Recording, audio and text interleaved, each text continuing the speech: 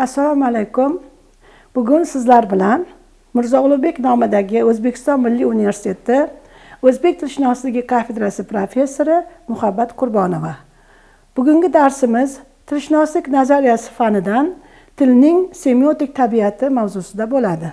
Darsimizning rejasi quyidagicha: ramz, belgilar axborot berish vositasi sifatida.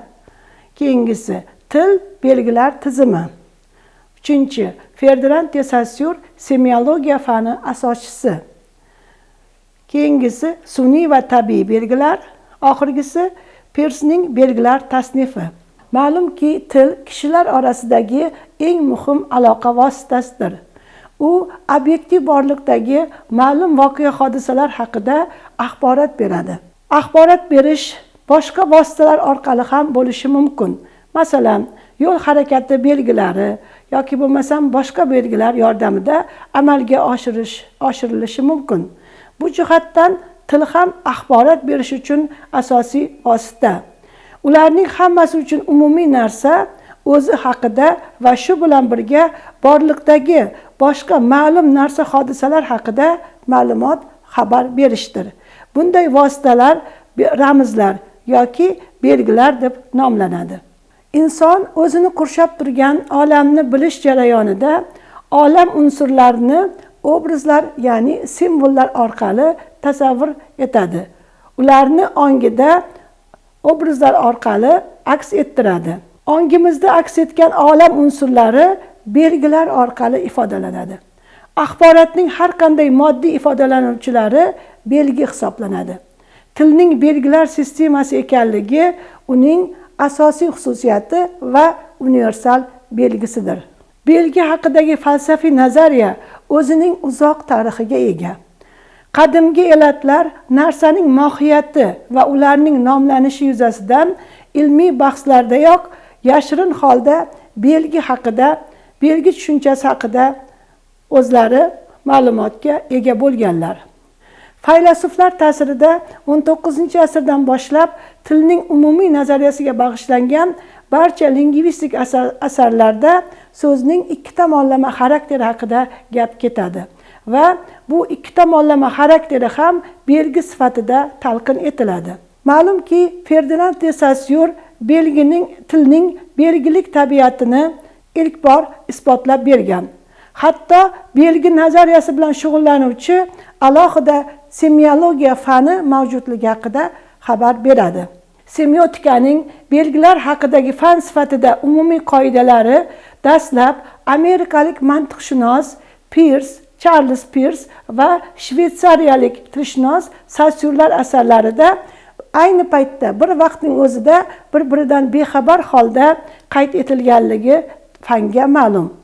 Bu tushuncha Peirce tomonidan semiotika termini bilan, Saussure tomonidan esa semiologiya termini bilan ifodalangan edi.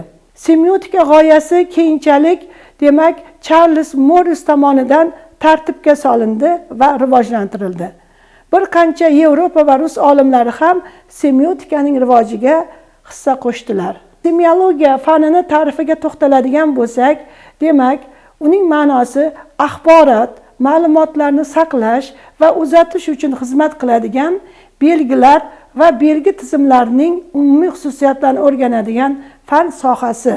Semiotika esa yunoncha semiotiko so'zidan olingan bo'lib, belgilar haqidagi ta'limot demakdir. Semiotika va linguosemiotika ta'kidlaganimizdek belgilar sistemasi haqidagi fandir. Belgilar ularning tabiati, mohiyati, ko'rinishlari, amal qilishi kabilarni o'rganadigan fan, demak, semiotika, ya'ni linguosemiotika deyiladi. Semiotikaning tekshirish obyekti jamiyatda qo'llanadigan belgilar tizimi va bunda belgilar ikkita tipga ajraladi: sun'iy belgilar va tabiiy belgilar. Tabiiy belgilar deganda bu inson omilisiz o'z-o'zidan tabiatda mavjud bo'lgan belgilar nazarda tutiladi. Ular aslida u yoki bu narsa hodisaning tarkibiy bo'lagi, alomatlari bo'lib, ular inson ongida muayyan tasavvurlarni uyg'otishga xizmat qiladi. Sun'iy belgilar esa bular inson omili tomonidan, ya'ni insonlar tomonidan o'ylab topilgan belgilar bo'ladi, hisoblanadi. Ular predmet va hodisalar haqidagi tasavvurlarning o'rnini bosish uchun xizmat qiladi. Ushbu belgilarning asosiy vazifasi ma'lum bir xabarni to'plash, saqlash, yetkazish, ya'ni insonlar o'rtasida aloqa vositasi bo'lib xizmat qilishdir. Shu bois kommunikativ informativ belgilar deb atash mumkin va ularga turli simvollar, timsollar, signallar misol bo'la oladi. Sun'iy belgilar grafik, tovushli va harakatli bo'lishi mumkin. Jumladan, yo'l harakati belgilarini grafik, signallarni tovushli, qushlar va hasharotlarning ma'lum yo'nalishlarda uchishi, imo-ishora, mimikalar harakatli belgilar sifatida muayyan ma'nolarni ifodalashga xizmat qiladi.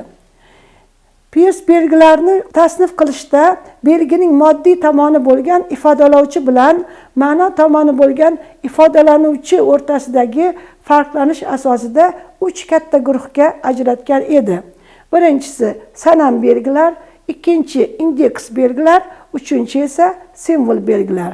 Bu belgilarga ta'rif beradigan bo'lsak, birinchisi, ya'ni sanam belgilar bu yerda ifodalovchi ma'lum darajada ifodalanuvchi bilan o'xshashlikka ega bo'ladi. Masalan, hayvonlarning tasviri tushirilgan belgilar shu yerda masalan o'sha hayvonning borligini aks ettiradi yoki ma'lum bir masalan qoshiq va vilka qo'yilgan bo'lsa, yaqin atrofda oshxona borligini bu nima qilishimiz mumkin. Shu haqidagi xabarni anglashimiz mumkin. Ikkinchisi indeks belgilar. Bunday belgilarda ifodalovchi va ifodalanuvchi bilan sabab, natija yoki boshqa munosabat bo'ladi. Ya'ni ular bir-biri bilan shartlangan bo'ladi. Masalan, uzoqda bitta tutunni ko'rsak, o'sha yerda olov borligi haqida xabarga ega bo'lamiz yoki tutun o'sha olovning borligini bildiradi. Bular demak indeks belgilar hisoblanadi. Simvol belgilar esa bularda ifodalovchi bilan ifodalanuvchi o'rtasida shartli, motivlanmagan munosabat mavjud bo'ladi. Masalan, tilni biz simvol belgilar sifatida olishimiz mumkin, chunki so'zlarni oladigan bo'lsak, masalan, kitob yoki bo'lmasam daftar degan so'zlarda ifodalovchi va ifodalanmish o'rtasida bu shartli belgi bor, ya'ni motivlanmagan.